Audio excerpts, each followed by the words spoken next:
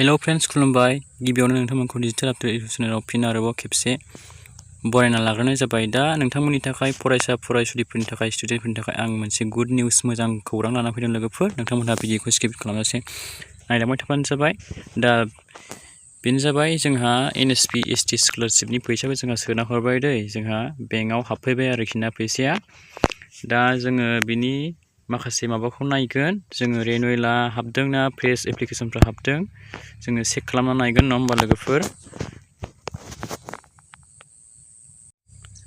दा बिदिखौ सिगां नोंथांमोनखौ आं रिकुवेस्ट खालामहरनो सानदों जाय आंनि चेनेलाव गोदानै फैदों आरो दासिमबो जायफोर आंनि चेनेलखौ साबस्क्राइब खालामनानै लायाखै नोंथांमोना बयबो अनलायनानै चेनेलखौ साबस्क्राइब खालामनानै लाबानो जाबाय, जाहाथे बे चेनेलनि गेजेरजों नोंथांमोनहा गोदान बेबायदिनो आपडेट्सफोर मोनबाय थानो हायो।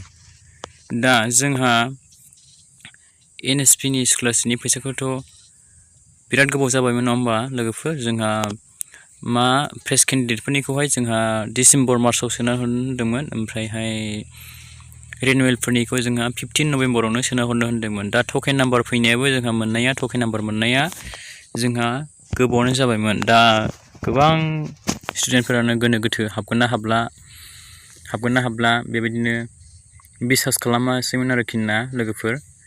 दा फाइनालि जोंना स्कलारशिपनि फैसाया हाबबाय आरोखि, सोना हरबाय गभर्नमेन्टआ जोंहा। दा जोङो बे भिडिअनि गेजेरजों नोंथांमोना मिन्थिगोन। दा नोंथांमोना भिडिअखौ नायलांबाय थाबानो जाबाय। दा जोंहा फ्रेश केन्डिडेट ना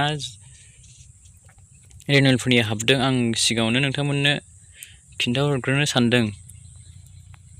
जायफ्रा 2022 बिनिफ्राय 2023 बे इयार्सआवहाय जायफ्रा मा खालामदोंमोन रिनिउवेल खालामदोंमोन बिथांमोननियासो हाबदों दै लोगोफोर।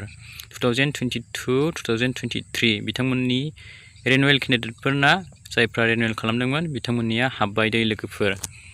दा जोंहा मोननै दङमोन नालाय हाबनांगौआ लोगोफोर, आङो क्लियार खालामहरखाबाय नोंथांमोननि सिगाङावहाय। मोननै किस्ति दंमोन हाबनांगौआ बोसोरनैनि।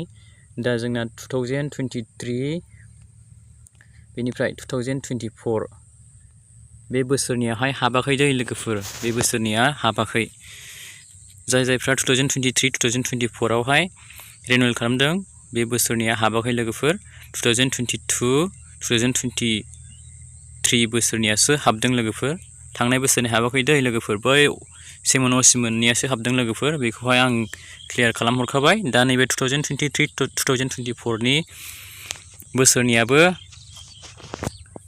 हाबनो हासिगौ लोगोफोर। डिसेम्बरनि लास्ट उइकहालागै हाबनो हागौ, मानोना टकेन नाम्बारा थाबैनो फैब्ला नोंथांमोनहा बे चेनेलनि गेजेरजों आपडेट्सखौ मोनबाय थाखागोन। आङो नोंथांमोननो आपडेट्सखौ होनो नाजागोन बे चेनेलनि गेजेरजों।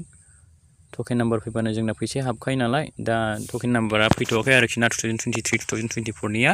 जोंना 2022 2023 नियासो फैदोंमोन नालाय। ओमफ्राय दा बिनियाहाय फैसाया फाइनालि हाबमारबाय आरोखि ना जोंना ST स्कलारशिपनि फैसाया पेमेन्टआ राङाहाय बेंक एकाउन्टआव बयनिबो बेंक एकाउन्टआव हाबबाय आरो सोना हरबाय। दा बेथ' क्लियार जाबाय नङा होमबा लोगोफोर। दा जों थांनि नेक्स्ट स्टेपआव। दा जोंहा बेखौ माबोरैहाय चेक खालामनानै नायो होमबा बिनि लिंकआथ' बिराद दं लोगोफोर। NSP स्कलारशिपनि मोनसे वेबसाइट दं, जोंहा उमां एपजोंबो नायनो हायो। ओमफ्राय DBT ट्रेकारनिबो लिंक दं, PFMS निबो लिंक दं। मोनथाम मोनब्रैसो लिंक दं आरोखि। आं बिनि गासै लिंकखौ भिडिअनि डिसक्रिपसनाव पिन खालामना होगोन। नोंथांमोना बेयाव थांनानै गोसोबायदि बबे लिंकआव हाबनानै चेक खालामनानै नायो नोंथांमोना नायनो हागोन आरोखि ना लोगोफोर नोंथांमोना।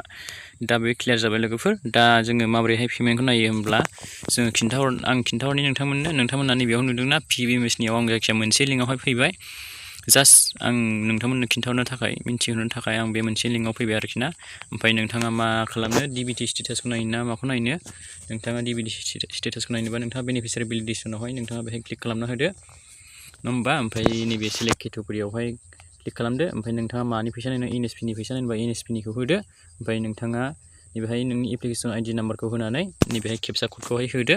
होमबानो नोंथाङा नुगोन आरो ओमफ्राय जोंहा पेमेन्ट नायगोन नालाय जोङो पेमेन्टआवहाय सेरना होदो पेमेन्ट अपसनावहाय बेनिफ्राय जोङो NSP थाखाबाय नङा होमबा लोगोफोर दा एप्लिकेसन आइडिखौहाय होदो बेयावहाय बेनिफ्राय नैबेयावहाय माबादो आरोखि ना केपसा क'डखौहाय होनानै सार्च खालामबानो नोङो नोंनि एप्लिकेसनखौ माबायदि नुगोन आरोखि ना लोगोफोर थ' लोगोफोर आं नोंथांमोननो खालामनानै नोंथांमोना नै बिदि नुदों जानांगौ आरोखि ना चेक खालामनायावहाय बेबायदि नुदों जानांगौ बेहाय एमाउन्ट थागोन नङा होमबा लोगोफोर ओमफ्राय under processing with bank for payment बेबायदि नुदों जानांगौ नोंथांमोनाव बेबायदि देखायदों जानो हागौ दा बे आपडेट जायाखै लोगोफोर दै बावाखै जोंहा सोना हरनाया बेनिखायनो बे आपडेट जायाखै दा बियो लासैनो आपडेट जालांगोन लोगोफोर लासैनो आपडेट जालांबा बियो पेमेन्ट साक्सेस देखायगोन आरोखि ना लोगोफोर दा थेवब्लाबो under processing with bank for payment बेबायदि देखायदोंब्लाबो फैसायाहाय बेंक एकाउन्टआव हाब्बाय आरोखि ना लोगोफोर बेखौहाय नोंथांमोना मिन्थि दा मोनसे पेमेन्ट नायनाय सिस्टेमानो बेबायदि जागोन आरोखि नै लोगोफोर बेवहाय नायनो हागोन नै नोंथांमोनहा नुदों जानांगौ बेवहाय बे स्किमनि कड नाम्बार बेबायदि थागोन जेनेबा ओमफ्राय आधार नाम्बार जाय एकाउन्टआव हाबगोन बेबायदि थागोन बेबायदि देखायगोन ओमफ्राय एकाउन्टआवहाय हाबा नालाय बेना बेहाय एकाउन्ट नाम्बार गैला आरोखि ना बेहाय ओमफ्राय नै एमाउन्टआ बेबायदि देखायगोन ओमफ्राय नै रिकुवेस्ट डेटआ माला खालामदोंमोन 30 नभेम्बर 2024 बेबायदि देखायगोन आरोखि ना लोगोफोर ओमफ्राय भेलिडेट जादोंमोन बेनिया 30 नभेम्बर 2024आवनो ओमफ्राय बेखौ नायलांबाय थादो नै लोगोफोर बेखौ नायलां नै ओमफ्राय एजेन्सिया माब्ला एप्रुभ खालामदोंमोन नै बेखौ नायबानो जाबाय ओमफ्राय नैबेखौ नायदो नै लोगोफोर पेमेन्ट पेन्डिं बेबायदि देखायगोन आरोखि ना थेवब्लाबो नोंनि फैसाया हाबफैबाय आरोखि ना बेंक एकाउन्टआव बेबायदि देखायदोंब्लाबो बियो लासैनो आपग्रेड जागोन बे दा आपग्रेड जाथ'वाखै थेवब्लाबो नोंनि बेंक एकाउन्टआव फैसा हाबफैबाय आरोखि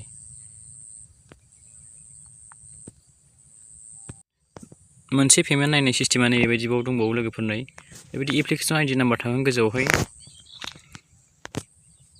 बै गोजौआव एप्लिकेसन आइडि नाम्बार थागौमोन जेनेबा ओमफ्राय बेबायदि जागोन आरोखि ना लोगोफोर नै बेयाव नायदो भेरिफिकेसन लगिनाव बेबायदि देखायगोन application under process verification state level nodal officer बेबायदि देखायगोन ओमफ्राय सोर अफिसारा सोना हरदों फैसाखौ बेबायदि देखायगोन आरो बेखौ नायबानो जाबाय ओमफ्राय नै जोंहा टकेन नाम्बार नागिरबाय थादोंमोन ना नोंथांमोना सिगाङावहाय नै टकेन नाम्बारा बेनो बेखौ नायनानै लाबानो जाबाय टकेन नाम्बार ओमफ्राय स्कलारशिप एमाउन्ट बेबायदि थाबाय ओमफ्राय जोंहा नै पेमेन्टआ बेबायदि देखायगोन आरोखि दा फैसाया हाबबाय आरोखि ना लोगोफोर फाइनालि बेनिफ्राय जायफोरना मबाइल नाम्बार रेजिस्टारमोन जायफोरना मबाइल नाम्बार माबायाव होखानायमोन रेजिस्टार दंखायोमोन बिथांमोननियावहाय बेबायदि मेसेजबो फैनो हागौ आरोखि ना लोगोफोर नै फैसा हाबनायनि मेसेज बेखौ नायबानो जाबाय नै लोगोफोर फैसा हाबनायनि मेसेज बियो बे फैसा हाबनाय बियो बेसेबां फैसा हाबदों एमाउन्टआ बेबायदि जागोन आरोखि ना ओमफ्राय बबे एकाउन्ट हाबदों बे देखायखागोन बेबायदि जागोन आरोखि दा नोंथांमोनहा बयबो मिन्थिबाय नङा होमबा लोगोफोर फैसा हाबनायखौ माबायदि रोखोमै नायो आं बिनि लिंकखौहाय डिसक्रिपसन बक्सआवहाय होनानै दोनखागोन लोगोफोर नोंथांमोनहा थांनानै चेक खालामहैबानो मोनखागोन आरोखि ना लोगोफोर दा जोङो मिन्थिबाय नङा होमबा लोगोफोर दा फैसा हाबनायखौ जों माबोरैहाय नायो बेनि बागै जों मिन्थिबाय थ' लोगोफोर नोंथांमोना सोर मोनखो नोंथांमोना कमेन्ट खालामनानै कमेन्ट बक्सआवहाय लिरहरबानो जाबाय सोर मोनाखै नोंथांमोना खिन्थाहरबानो जाबाय आंनो माने गोबाङानो फैसायाहाय सोरनाबा बुरजा देखायदों हाबनांगौआ ओमफ्राय खम हाबदों बेबायदि बुंदों आरोखि ना लोगोफोर ओमफ्रायहाय सोरनाबा फ्रायनो हाबाखै आरोखि ना दा जोंहा मा रोखोम हाबगोन फैसाया होनोब्ला जोंहा आधार प्लास